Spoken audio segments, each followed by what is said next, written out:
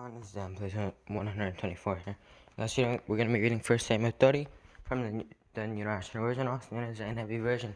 You guys want to go and read along, you guys can go to BibleGiver.com, or you guys can go to Google Bible. I don't really care, you guys are going to do, let's get started. David destroys the Amalekites. David and his men reached Ziklag on the third day. Now the Amalekites had raided the Negev and Ziklag. They had attacked Ziklag and burned it, and had taken captive of the women and everyone else in it, both young and old. They killed none of them, but carried them off as they went on their way. When David and his men reached Ziklag, they found it destroyed by fire, and their wives and sons and daughters kept taken captive.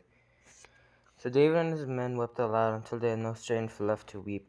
David's two wives had been captured, Ahinoam of Jezreel and Abigail, the widow of Nabal of Carmel. David was greatly distressed because the men were talking of stoning him. Each one was bitter in spirit because of his sons and daughters.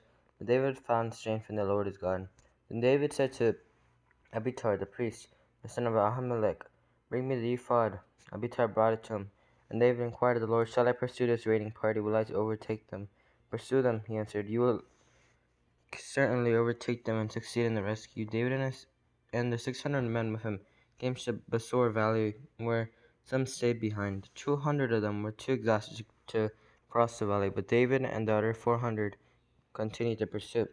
They found an Egyptian in a field and brought him to David. They gave him water to drink and food to eat, part of a cake of pressed figs and 2 cakes of raisins. He ate and was revived, for he had not eaten any food or drunk any water for 3 days and 3 nights. David asked him, "Who do you belong to? Where do you come from?" He said, "I'm an Egyptian, the slave of an Amalekite. My master abandoned me when I became ill 3 days ago. We raided the Negev of the Kerethites, some territory belonging to Judah, and the Negev of Caleb, and we burned Ziklag." David asked him, "Can you lead me down to the raiding party?" He answered, "Swear to me before God that you will not kill me or hand me over to my master, and I will take you down to them."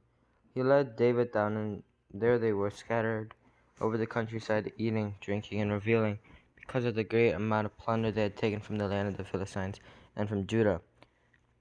David fought them from dusk until the evening of the next day, and none of them got away, except 400 young men who rode off on camels and fled. David rescued everything the Amalekites had taken, including his 2 wives. Nothing was missing, young or old, boy or girl, plunder or anything else they had taken. David brought everything back. He took all the flocks and herds, and his men drove them ahead of the other livestock, saying, "This is David's plunder." Then David came to the 200 men who had been too exhausted to follow him, and who were left behind at the Besor Valley.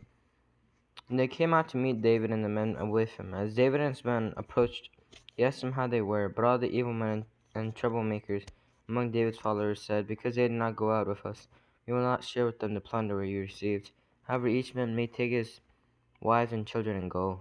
David replied, "No, my brothers, we must not do that with what the Lord has given us. He has protected us and delivered into our hands. Sorry, guys. Into our hands the raiding party that came against us. Who will listen to what you say? The share of the man who stayed with the supplies is to be the same as that of him who went down to the battle. All will share alike." David made this a statute, an ordinance for Israel from that day to this. When David reached Ziklag, he sent some of the plunder to the elders of Judah who were his friends, saying, "Here's a gift for you from the plunder of the Lord's enemies." David sent it to those who were in Bethel, Ramoth, Negev, and Jitar, to those in Aurora, Shifmoth, Eshtemoa, and Rachel, to those in the towns of Jerahmeelites and the Kenites, to those in Hormah, Bor, Ashon, Atak, and Hebron, and to those in all the other places where he and his men had roamed. Okay, guys, I hope that you guys enjoyed. Make sure to subscribe, make sure to click that like button, make sure to click the bell to be notified when I post. I'm sorry if it sounded like I was mumbling, but yeah, I hope that you guys enjoyed, and I'll see you next time. Bye.